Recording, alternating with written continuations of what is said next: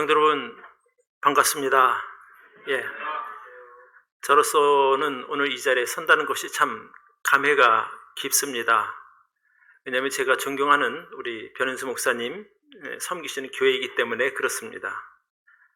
제가 이제 특별히 감회가 깊다고 말씀드린 것은 이제 제가 1986년 10월에 제가 예수님을 개인적으로 만나서 구주로 영접함으로 구원을 받았습니다. 그러니까 서울 성동구 행당동에 있는 행당동 성서 침례교회에서입니다. 그래서 제가 구원받은 지 얼마 안 됐을 때부터 이제 우리 목사님께서 오셔서 저를 개인적으로 양육해 주셨습니다. 헌금도 드려야 된다, 또 말씀도 배워야 된다, 여러 가지 많은 저에게 영향을 끼치셨죠. 그러다가 1987년도인가 8년도쯤에 제 아내를 이제 소개해 줬어요. 그래서 교제하고 행당동에서 이제 결혼을 하게 됐지요. 그러니까 제가 영적인 부분도 많이 도움을 받았고 평생의 반려자를 만나는 데 있어서 큰 공헌을 끼치신 분입니다. 그러니까 늘 고맙기도 하고 또 감사하기도 하고 또 이런 귀한 자리를 이렇게 또 이렇게 초청해 주셔서 얼마나 참 감사한 마음인지 모르겠습니다. 제가 행당도 교회에서 89년도에 결혼을 하고 그리고 95년도부터 이제 집사로 섬겼습니다. 집사로 섬기는 중에 하나님께서 저를 부르셔서 제가 이제 2000년도에 신학교를 가게 되었고 2006년도에 행당동 교회 파송으로 서울시 관악구 미성동, 예전에는 난곡동이었는데 지금은 신림동이죠. 근데 지금은 미성동이라고 하는 이름으로 바뀌었습니다. 그래서 2006년도에 개척을 했으니까 만 18년이 지났습니다. 하나님의 은혜로 이제까지 잘 사역을 하고 있습니다. 저희 교회는 하나님 기뻐하시는 교회, 그리고 성도가 행복한 교회라고 하는 이제 비전을 가지고 사역을 해왔고 실제적으로 하나님께서 기뻐하시는 교회라고 저는 믿습니다. 그리고 또 많은 영혼들이 구원받고 또 교회에 더해져서 행복한 믿음 생활을 하고 있으니 정말 성도들이 행복한 교회라고 말할 수 있는 것이죠. 지난 18년을 돌아보면 모든 것이 하나님의 은혜였습니다. 그런 부분에 있어서 하나님께 감사를 드리고 또 제가 존경하는 이렇게 목사님 교회에 와서 이렇게 성도님들과 함께 말씀으로 나눌 수 있는 시간이 주어졌으니 더 감사합니다.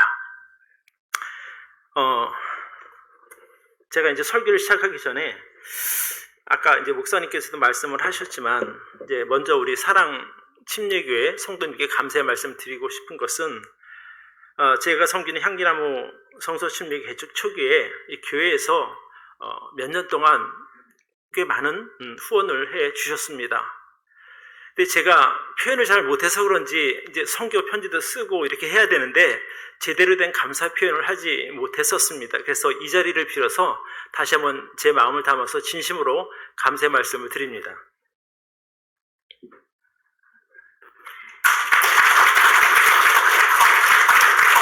늦었지만 저의 진심이 담긴 감사입니다. 그리고 오늘 하나님의 말씀을 나누도록 하겠습니다. 오늘 저희가 나눌 하나님의 말씀은 창세기 39장 말씀입니다.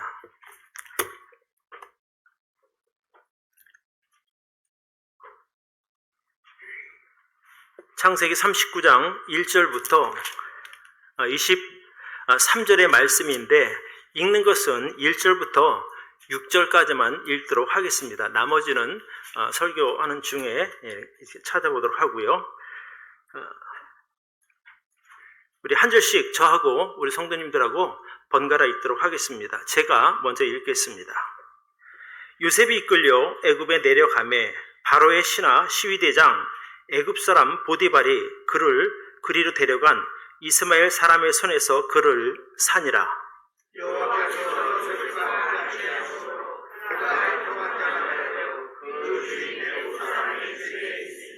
그 주인이 여호와께서 그와 함께 하심을 보며 또 여호와께서 그의 범사에 형통케 하심을 보았더라.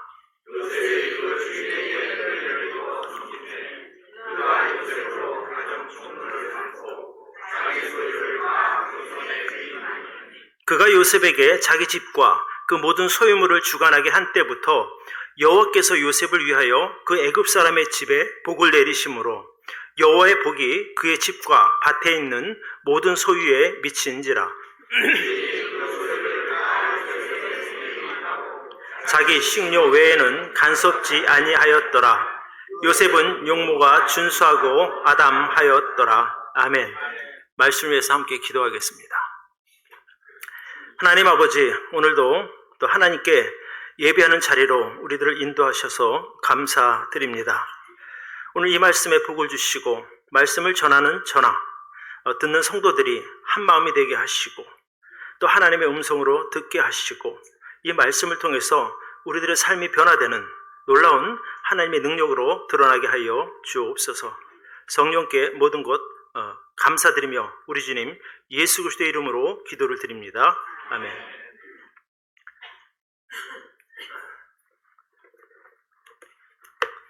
제가 목사로서 이렇게 설교하면서 많이 느끼는 것은 익숙하면 괜찮은데 이 처음 이런 좀 낯선 환경에 처할 때가 제일 어려운 것 같습니다. 그러나 하나님 말씀을 들고 섰으니 하나님께 주신 말씀대로 전하고자 합니다. 우리가 인생을 살다 보면 우리의 기대나 계획과는 다르게 진행될 때가 있습니다. 그냥 또 다른 한 종류의 길이라면 어떤 다른 기대감을 가지고 그 길을 갈 수도 있지만 자기가 원하던 길과 완전히 다른 전혀 예상치 못한 환경으로 하나님께서 인도하실 때 우리들은 당황하게 됩니다. 한때 전 세계를 공포 속으로 몰아넣었던 코비드19는 멈췄지만 지금도 여전히 세상은 복잡하고 불확실합니다.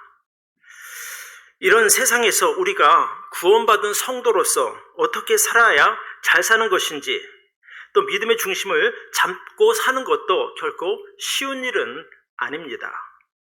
그래서 오늘은 이 요셉의 이야기를 통해서 불확실하고 예측 불가능한 이 시대에 우리가 성도로서 어떻게 살아야 되는지를 같이 생각해 보려고 합니다. 그런 의미에서 오늘 설교 제목을 제가 성도가 알아야 할 신앙의 원리라고 정해 보았습니다.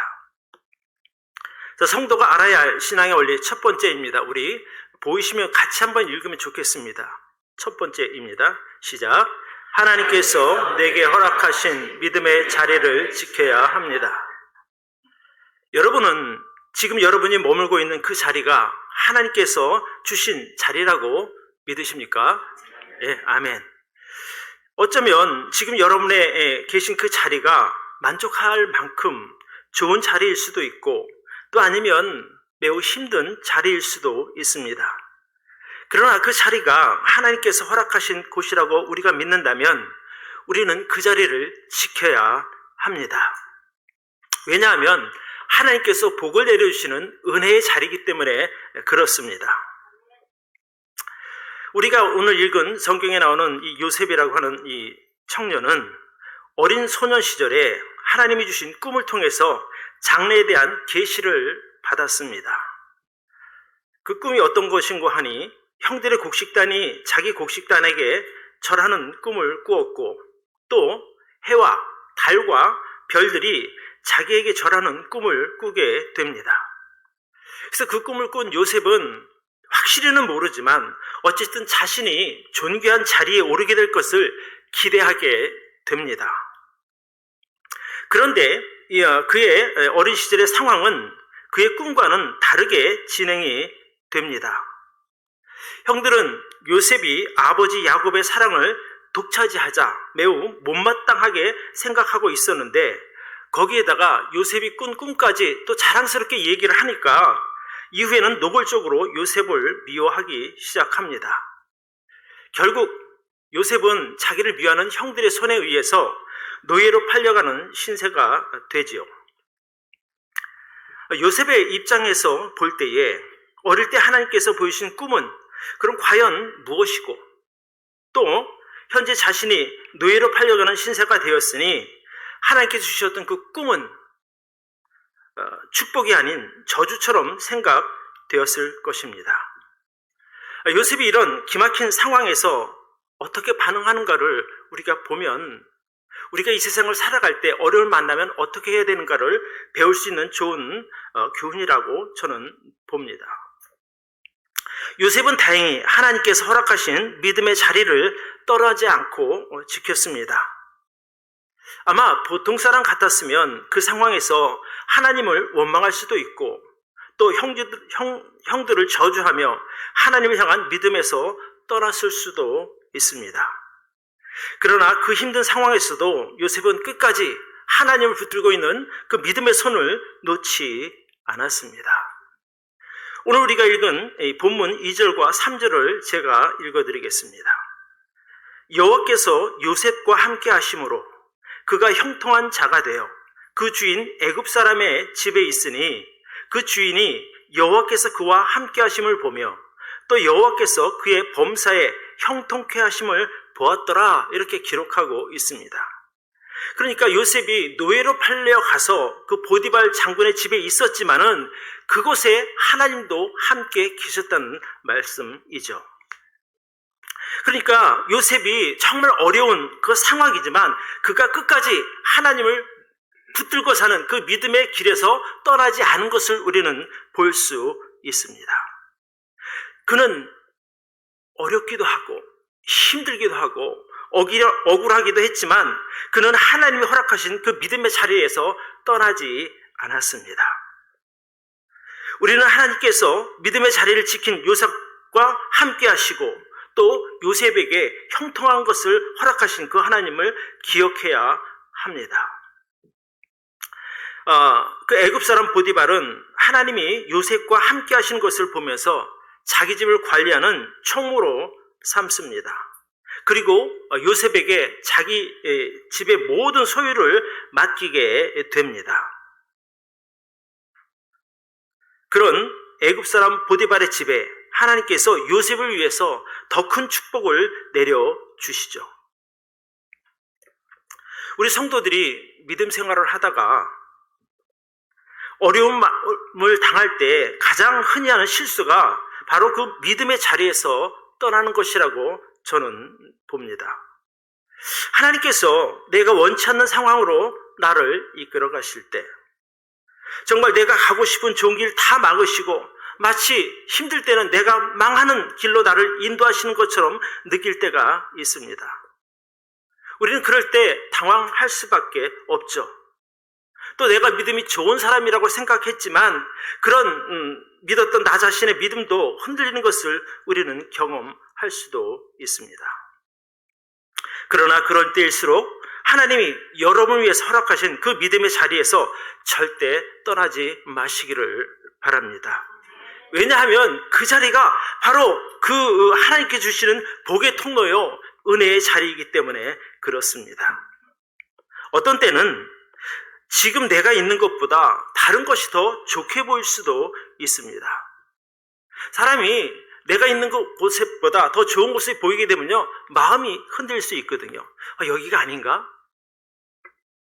내가 잘못 생각했나?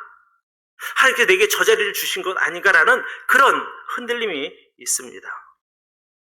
그러나 정말 좋은 복의 자리, 은혜의 자리는 사람들의 눈에 보기 좋은 자리가 아니라 하나님께서 여러분에게 허락하신 자리라고 저는 믿습니다. 그 자리가 바로 복의 자리입니다. 하나님이 우리 인생을 이끌어 가실 때 보면 때로 어쩌면 고난처럼 느껴질 때도 있을 것입니다. 또 잘못된 길처럼 보일 수도 있을 것입니다.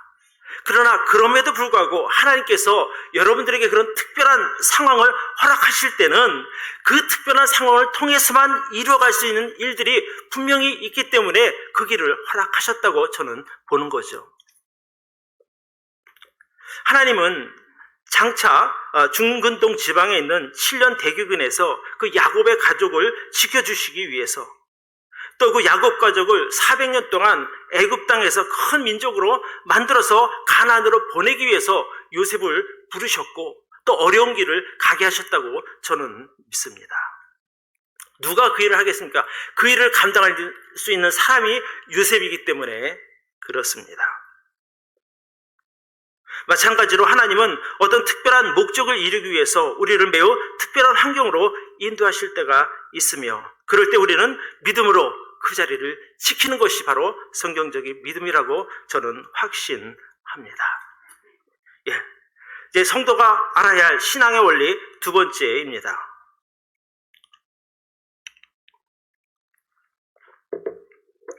우리 같이 한번 읽어볼까요? 시작. 성도의 믿음 생활은 멀리 보고 넓게 보면서 가야 합니다. 우리가 믿음 생활을 모두 마친 후에 도착할 최종 목적지는 이 세상이 아닌 바로 영원한 천국입니다. 많은 사람이 요셉을 보면서 그가 고난 가운데 믿음으로 인내해서 총리라고 하는 높은 자리에 올라가서 성공한 인생으로, 복받은 인생으로 된 것에 대해서 초점을 맞추는 것을 저는 많이 보았습니다. 그러나 그렇게 보면 성경이 말하려는 의도의 절반만 보는 것이라고 저는 봅니다.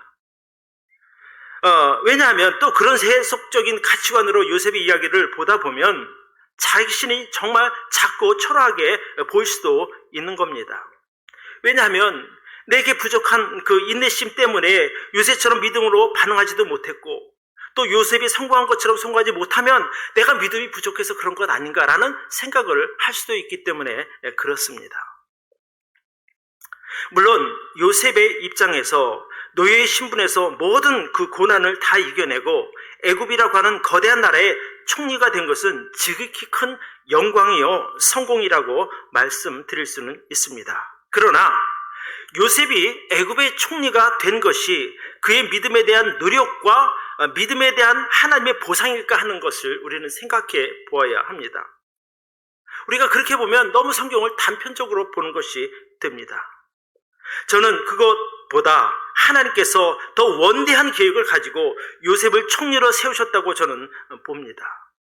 그러니까 하나님께서 요셉을 그 어린 나이에 애굽으로 노예로 팔려가는 그 이유는 바로 그를 총리로 성공한 인생으로 만들기 위해서가 아니라 바로 아브라함과 맺은 언약을 이뤄가는 도구로 사용하기 위함이라고 저는 보는 거죠. 만약에 하나님께서 요셉에게 네가 네 가족들을 위해서 먼저 애굽에 가서 노예로 있지만 좀 준비하면 좋겠다라고 만약에 말씀하셨다면 그 어린 요셉이 네 알겠어요 하나님 그렇게 내려갔을까요? 노예 생활이라는 것이 얼마나 힘든지 왜 모르겠습니까?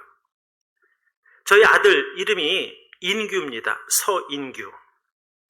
그래서 이제 예전에 강인규 목사님께서 계실 때 이제 같은 이름을 부를 수는 없으니까 목사님 제 아들 이름을 인규라고 지었는데 괜찮겠습니까? 그러니까 괜찮다고. 그러면 교회에서 부를 수 있는 이름을 하나 좀 지어달라고 했더니 그때 강인규 목사님께서 그럼 요셉이라고 합시다 이렇게 말씀하시는 거예요. 그래서 이제 집에 가서 아들에게 너 교회 가면 앞으로 요셉이라고 부를 거니까 그렇게 알아라 그랬더니 아빠 싫어요 그러는 거예요. 왜냐하면 주일학교에서 요셉이 얼마나 많은 고난을 받았는지 그 아이가 들었기 때문에 싫다는 거예요. 그러니까 그 어린아이도 싫다고 말하는데 할머니 요셉 같은 경우에 그 길을 가려고 했겠느냐는 것이죠.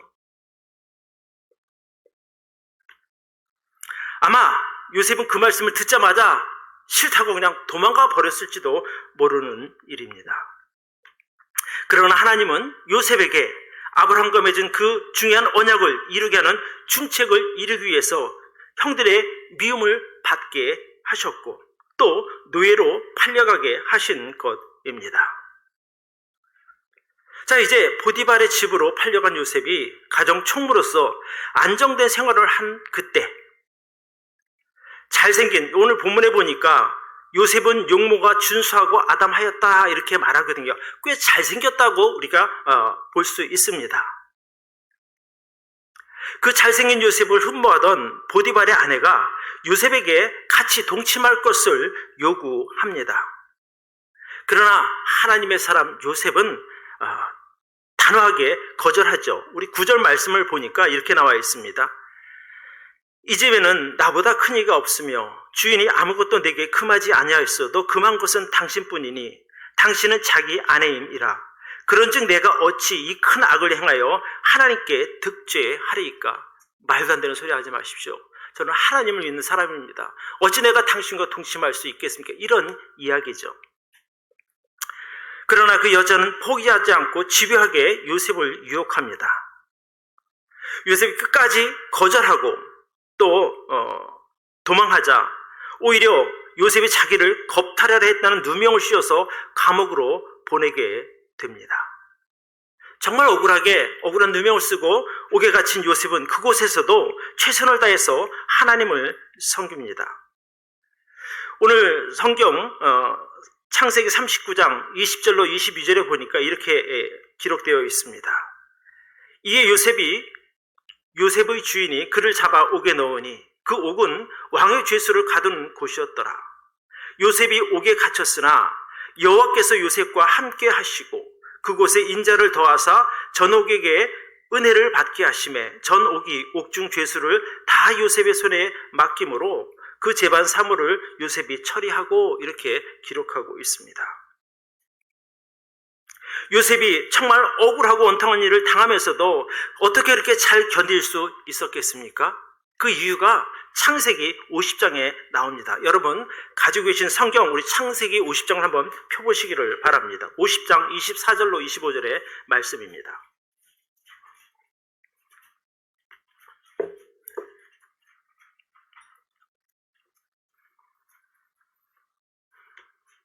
우리 같이 한번 읽어보도록 하죠.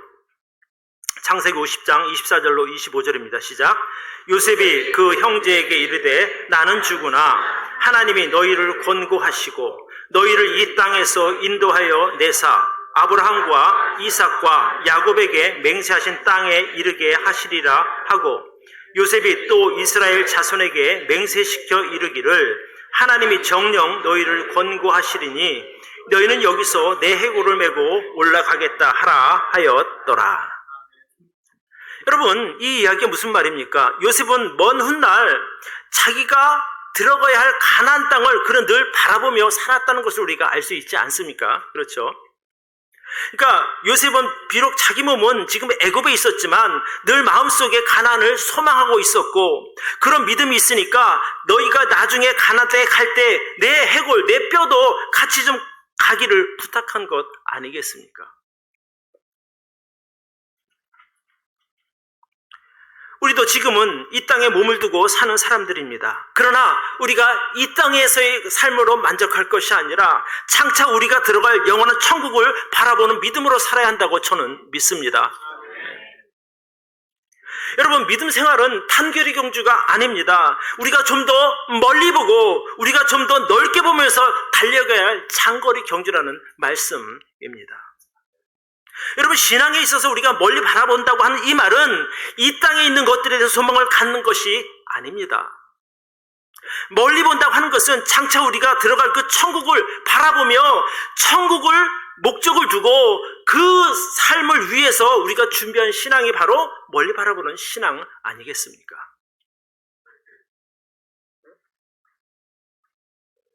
제가 멀리 보고 넓게 보자고 말씀드렸어요. 근데 우리가 먼 곳을 바라보게 되면은 내가 노력하지 않아도 그 옆에 많은 것들을 볼 수밖에 없는 거예요. 멀리 보는 사람은 넓게도 보는 겁니다.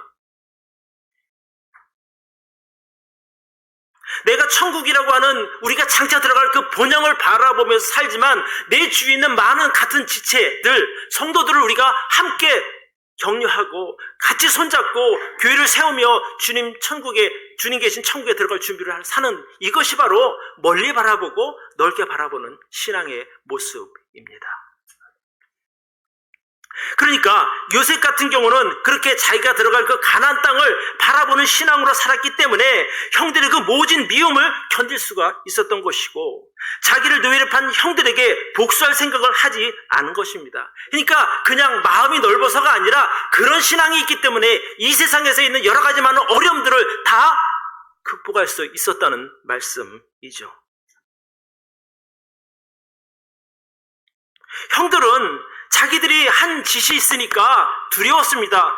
자기들이 팔아먹은 요셉이 비천하게 사는 것이 아니라 애굽의 총리로 되어 있으니 얼마나 두려웠겠습니까? 요셉은 반가웠어요. 근데 그 형들은 두려워했다고 성경은 기록하고 있거든요.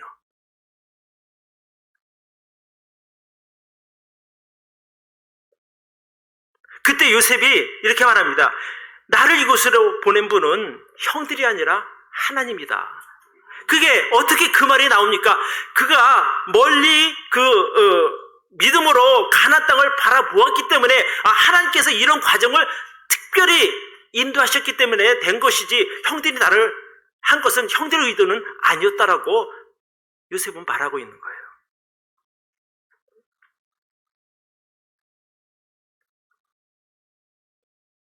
멀리 보지 못하면 우리는 세상 것에 집착할 수밖에 없습니다. 멀리 있는 정말 좋은 것을 보지 못하니까 눈앞에 있는 세상 것에 연연해 할 수밖에 없다는 것이죠. 여러분, 진짜 좋은 것을 보게 되면요, 옆에 보이지 않아요. 여러분, 내가 사랑하는 사람을 볼 때에 옆에 사람이 눈에 들어옵니까? 절대 안 들어오는 거예요.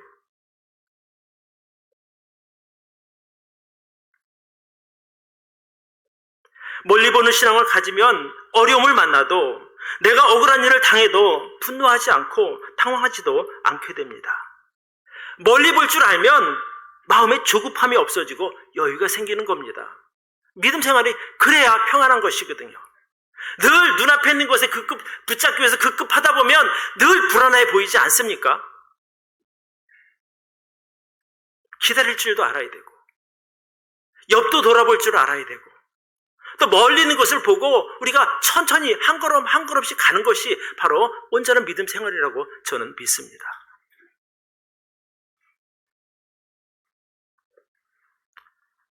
우리가 구원받은 성도라고 하면 내 삶 속에 우연은 없다라고 볼 수 있어야 하는 겁니다.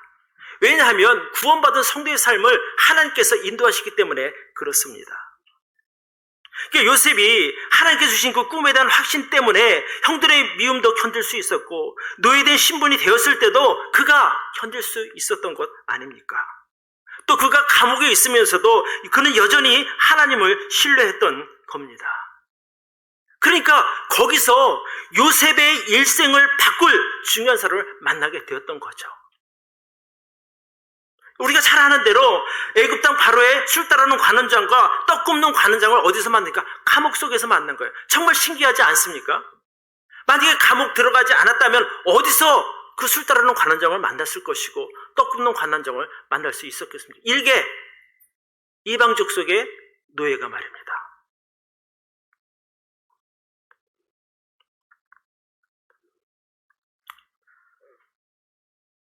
나중의 일이지만 이 두 사람 중에 그 술 따르는 관원장은 노예인 요셉이 그 애굽 왕 바로를 만나게 되는 중요한 연결 고리 역할을 하게 됩니다.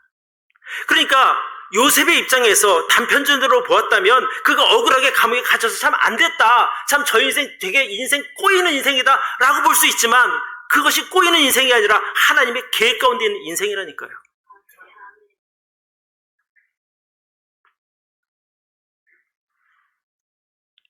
어쩌면 요셉 믿음이 없는 사람이었다면 자기가 주인의 아내를 겁들였던 누명을 쓰고 옥에 갇혔을 때 어쩌면 정말 더 이상 세상을 살고 싶은 마음이 안 들었을 수도 있어요. 이렇게 인생 계속해서 꼬여가는데 내가 살아서 못하나, 이런 생각이 들었을 수도 있다니까요.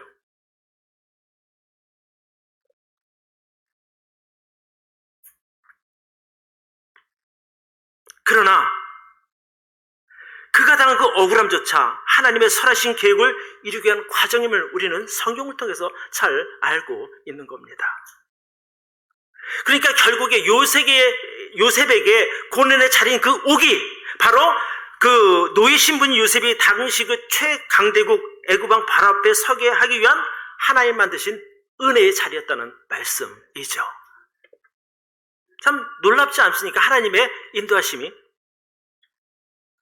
그래서 요셉이 총리가 된 후에 7년 기근을 피해서 애굽에 온 형들을 만났을 때 이렇게 말합니다. 자, 우리 창세기 45장을 한번 펴보시기를 바랍니다. 창세기 45장 5절.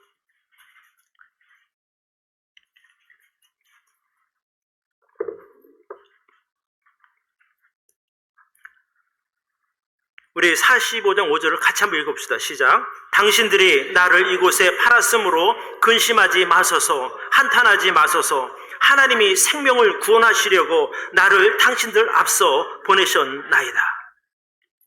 우리 거기서 7절, 8절 한 번 더 같이 한번 봅시다. 45장 7절로 8절 한번 같이 읽어볼까요? 시작. 하나님이 큰 구원으로 당신들의 생명을 보존하고 당신들의 우선을 세상에 두시려고 나를 당신들 앞서 보내셨나니 그런즉 나를 이리로 보낸 자는 당신들이 아니요 하나님이시라. 하나님이 나로 바로의 아비를 삼으시며 그 온 집의 주를 삼으시며 애굽 온 땅의 치리자로 삼으셨나이다. 아멘. 멀리 볼 수 있는 사람만이 깨달을 수 있는 진리입니다. 요셉은 자기 인생의 모든 과정에 하나님의 선하신 뜻이 있었고 자기가 이곳에 노예로 팔려온 것도 하나님이 하신 일이라고 분명히 말합니다. 그에게 신앙이 없었다면 멀리 볼 수도 없고 넓게 보지도 않았으면 깨달을 수 없는 부분이라고 저는 봅니다. 또 한 가지, 우리가 멀리 참 천국을 바라보는 믿음 생활을 하는 성도들의 삶에는요, 품위가 있습니다. 품위. 품격이 있다는 말이 더 낫겠네요. 구원받은 성도들의 최종 목적지는요, 다시 한번 말씀드리자면 이 세상이 아닙니다. 하나님 계신 천국이죠. 그러니까 멀리 보고 넓게 보는 신앙을 가진 성도는 죄와 타협하지 않습니다. 또 함부로 말하거나 행동하지도 않습니다. 왜요? 그러기에는 내가 너무 존귀한 존재라는 거죠. 우리 사랑침례교회 성도님들에게 말씀드립니다. 여러분, 어떤 상황에서도 천국을 바라보고 서둘지 말고 한 걸음씩 믿음의 삶을 사시기를 바랍니다. 우리가 멀리 보고 하면은요, 쉽게 지치지도 않는 거예요. 눈앞에서 막 왔다 갔다 이렇게 쫓아다니다가 보면 쉽게 지치죠. 근데 호흡이 긴 사람은요, 잘 지치지도 않는 겁니다. 제가 향기암로를 개척한 지가 18년이 됐어요. 지난 9월로. 그동안 많은 사람들이 우리 교회에 와서 복음을 듣고 구원받았습니다. 정말 쉽지 않은 조건이지만 지난 18년 동안 제가 감사하는 마음으로 목회할 수 있었던 이유는 창차 만날 주님을 기대하는 그 기대감이 있었기 때문에 가능한 일이었습니다. 저는 마찬가지로 하나님께서 여러분을 왜 이 사랑 침례교회로 인도하셨을까? 그 인도하신 이유도 분명히 있다고 저는 믿습니다. 그러니까 하나님께서 여러분을 통해서 일하실 어떤 특별한 목적이 있기 때문에 여러분을 구원하신 것이고 여러분을 이 사랑 침례교회로 인도하신 것 아니겠습니까?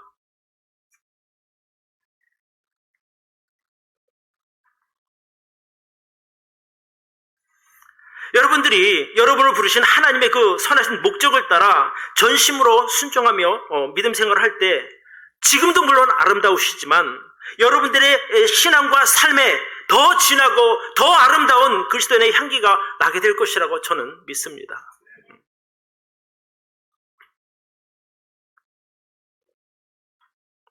좀 더 멀리 보고 좀 더 넓게 보는 성도님들 되기를 축복합니다.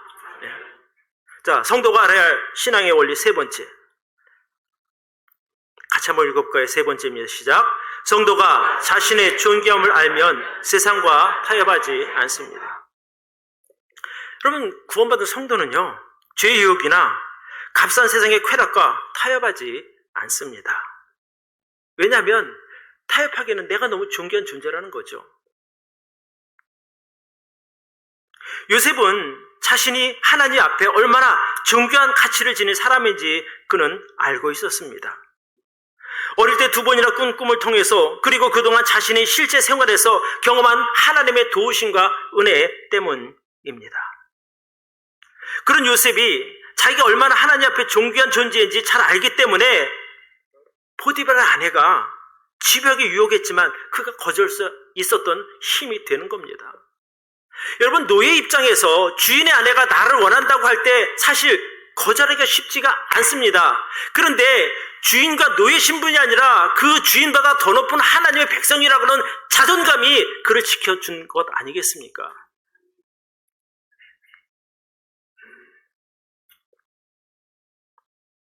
오늘 우리가 읽은 창세기 39장 7절로 10절에 보면 이렇게 나와요.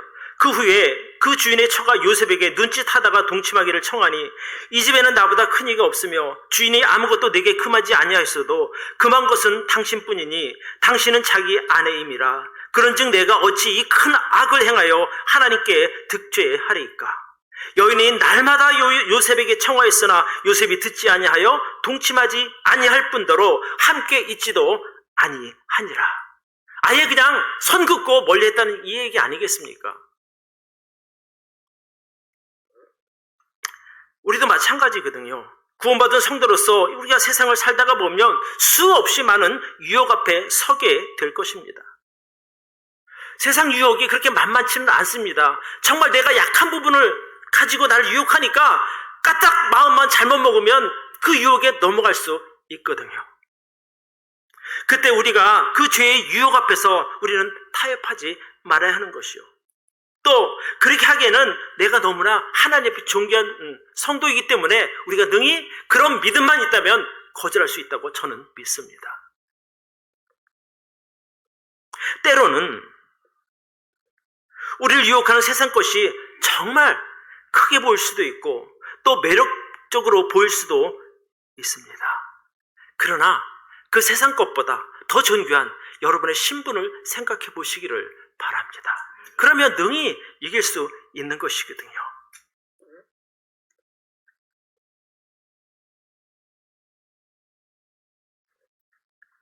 저도 구원받은 이후에 꽤 여러 번의 그 유혹적인 상황이 있었습니다.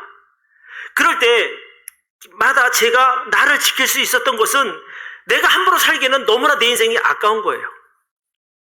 정말로. 여러분이 저를 보실 때 그냥 별것 아닌 것처럼 보실 수 있겠지만 제 스스로 생각할 때 저에게는 예수님의 가치가 부여된 사람이라고 저는 믿습니다. 그러니까 세상 어떤 것보다 존귀하죠. 그러니까 어떤 유혹이 와도 내가 그 유혹에 넘어가기에는 내가 너무 아깝다는 생각이 드는 거예요. 정말로요. 여러분, 사람이 살다가 보면 별의별 상황을 다 만나게 됩니다. 그때 정말 우리가 나를 지키는 것이 무엇인가 하니 그것은 바로 내가 성도로서의 그 자존감을 갖고 있는 겁니다. 그것이 여러분을 지켜준다고 저는 믿습니다.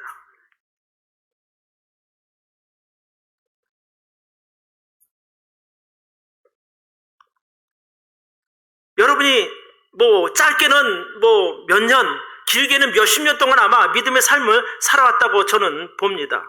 그러면 그런 믿음으로 살아온 그 내 인생이 그 하찮은 세상 것 얼마 시간이 지나면 없어질 것과 맞바꾼다고 생각해 보십시오. 그런 어리석음이 어디 있겠냐는 거예요.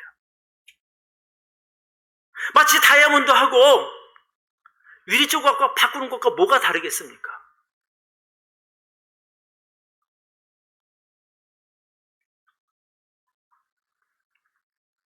내가 죄를 짓고 얻게 될 어떤 결과물이 세상적으로 아무리 대단한 것이라 할지라도 장차 우리가 하나님 앞에 설 때 주님께서 우리에게 주실 그 상급, 그 면류관과 비교하면요, 상대가 되지 않는 거예요. 그런 거 생각하면 계산이 나오지 않습니까? 저도 장사를 하던 사람이거든요. 그러니까 내가 아무리 바보가 아닌 다음에야 그 귀한 것과 그 하찮은 것과 맞바꾼다는 건 어리석은 것이죠. 그러니까 여러분들이 내가 구원받은 그 성도라고 하는 확신만 가지고 있어도 세상에서 웬만한 유혹이요, 사실 거들떠 보지도 않는 거예요. 요셉이 그 여인이 아무리 유혹을 해도 정말 거들떠 보지 않고 불리던 것에서 따로 있었던 것처럼 우리가 세상 죄, 유혹들 다 물리칠 수 있다고 저는 믿습니다. 무엇이 성도로서의 자존감이 말입니다. 그러니까 우리가 내 자신의 존귀함을 안다고 할 때 말 한마디라도 품격 있게 하잖아요. 세속적인 그 값싼 그런 단어 사용하지 않지 않습니까? 행동을 해도 신중하지 않습니까? 저는 제가 감사한 것은 제가 이제 목사라고 하는 그 신분이 제게 부여됐지 않습니까? 그러니까 더 조심스러운 거예요. 어딜 가든지. 혹시라도 제가 다른 사람과 다툼을 할 때 아는 사람이 나를 보면 목사도 똑같네, 이런 소리 듣기 싫으니까 심지어 제가 길을 걸어갈 때 이제 어떤 분들 보면 참 되게 보기에 되게 안쓰럽게 보일 정도로 이렇게 아주 우울하게 어깨 축 처져갖고 이렇게 걸어가는 모습을 보면 마음이 아프잖아요. 짠하거든요. 근데 내가 그런 모습으로 걸어가는 것을 어느 성도가 본다면, 나를 아는 분이 본다면, 목사가 뭐 저래? 이럴 거 아니겠어요? 예전에 제가 이제 성경 공부를 통해서 구령한 자매가 있었어요. 근데 이제 그 자매는 저를 못 봤지만 저는 지나가는 그 자매를 봤는데 너무 밝은 얼굴로 지나가는 거예요. 정말 아름다웠어요. 그 미소가. 그래서 나도 내가 의식하지 못하는 어떤 상황에서 누군가 나를 볼 때 목사답게 좀 걸어가자. 그러니까 어깨도 피게 되고요. 걸음걸이도 반듯하게 되고요. 그러니까 결국에 그런 성도로서의 자존감이 있으면 그 삶 가운데 말에, 행동에 품격이 깃들어지는 겁니다. 그래서 우리가 성도로서의 자존감을 꼭 가지고 살 수 있기를 바랍니다. 이제 설교의 결론을 맺습니다. 오늘 제가 성도가 알아야 할 신앙의 원리 3가지를 말씀드렸습니다. 우리 같이 한번 읽어보는 것도 좋을 것 같아요. 첫 번째, 하나님께서 내게 허락하신 믿음의 자리를 지켜야 합니다. 두 번째, 성도의 믿음 생활은 멀리 보고 넓게 보면서 가야 합니다. 세 번째, 성도가 자신의 존귀함을 알면 세상과 타협하지 않습니다. 저는 오늘 이 자리에 계신 사랑 침례교회에서 모든 성도님들이 이런 존귀한 믿음으로 사시는 복 있는 인생들이 되기를 진심으로 축복합니다. 기도하겠습니다.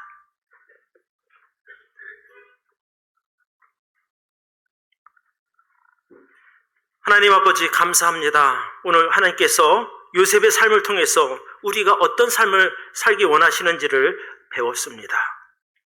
우리가 정말 하나님께서 허락하신 그 자리를 믿음으로 지키는 성도들이 되기를 바라고, 또 장차 우리가 가야 할 그 천국을 바라보고 멀리 보고 넓게 가는 성도들이 되게 하여 주옵소서. 정말 성도로서의 그 존귀함을 깨닫고 세상과 타협하지 않는 믿음의 성도들이 되게 하여 주옵소서. 예수님의 이름으로 기도를 드립니다. 아멘.